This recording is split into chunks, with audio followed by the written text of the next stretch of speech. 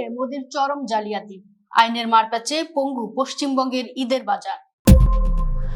বাংলার আকাশে যখন ঈদের চাঁদ দেখার প্রতীক্ষা, ঠিক তখনই হিন্দুত্ববাদী বিজেপি সরকারের এক ঐতিহাসিক আদেশে আজ কুরবানির হাটে নেমেছে চরম মৃত্যু ভয়।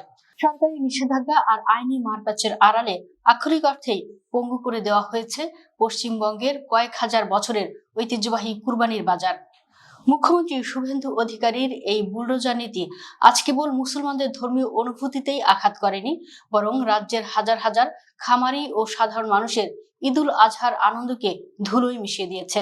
একদিকে ঈদের সময় এগিয়ে আসছে, অন্যদিকে খোদ কলকাতা তো দূরের কথা, প্রত্যন্ত গ্রামাঞ্চলেও আজ পশুর হাটগুলোতে এক ভুতুড়ে নীরবতা।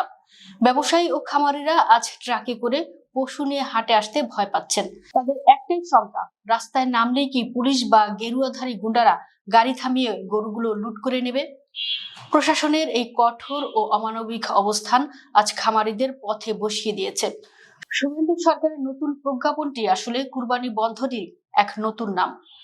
14 বছরের কম বয়সী পশু জবাই নিষিদ্ধ, পশু চিকিৎসকের ফিটনেস সনদ এবং প্রতিটি পশুর জন্য আলাদা প্রশাসনিক অনুমতি, এসব শর্ত আসলে কুরবানি প্রথাকেই অসম্ভব করে তোলার এক সুপরিকল্পিত চক্রান্ত। বিশ্লেষকরা বলছেন, সাধারণ একজন খামারি বা মুসলিম পরিবারের পক্ষে ঈদের আগের দিনগুলোতে দৌড়ে দৌড়ে সরকারি সনদ জোগাড় করা অসম্ভব। আর এই অসম্ভব কাজটিকে হাতিয়ার করেই বিজেপি সরকার আক্ষরিক অর্থে ঈদের বাজারকে অচল করে দিয়েছে। নির্দেশনায় পরিষ্কার বলা হয়েছে, নিয়ম ভাঙলে জেলের ভাত খেতে হবে এবং পশু বাজেয়াপ্ত করা হবে। ফলে ব্যবসায়ীরা এখন ঝুঁকি নিতে ভয় পাচ্ছেন। কোথাও হাট বসেনি, আবার কোথাও যারা বসেছে সেখানে কাস্টমার আসার আগেই পুলিশ ও প্রশাসনের বুলডোজার নামার আতঙ্ক বিরাজ করছে। রাজনৈতিক পর্যবেক্ষকরা বলছেন, পশ্চিমবঙ্গের এবারের কুরবানি কেবল ধর্মীয় উৎসব নয়, এটি আজ বিজেপির রাজনৈতিক পরীক্ষার ময়দান। হিন্দুত্ববাদী সংগঠনগুলো ইন্ধন দিচ্ছে যাতে যে কোনো উপায়ে ঈদ পালন ব্যাহত হয়। প্রশাসন এবং পুলিশ আজ বিজেপির ক্যাডারের মতো আচরণ করছে। ঈদের আনন্দকে বিষিয়ে তোলা এবং সাধারণ মানুষের মনে ভয় ঢুকিয়ে দেওয়া, এটাই আজ শুভেন্দু সরকারের একমাত্র এজেন্ডা।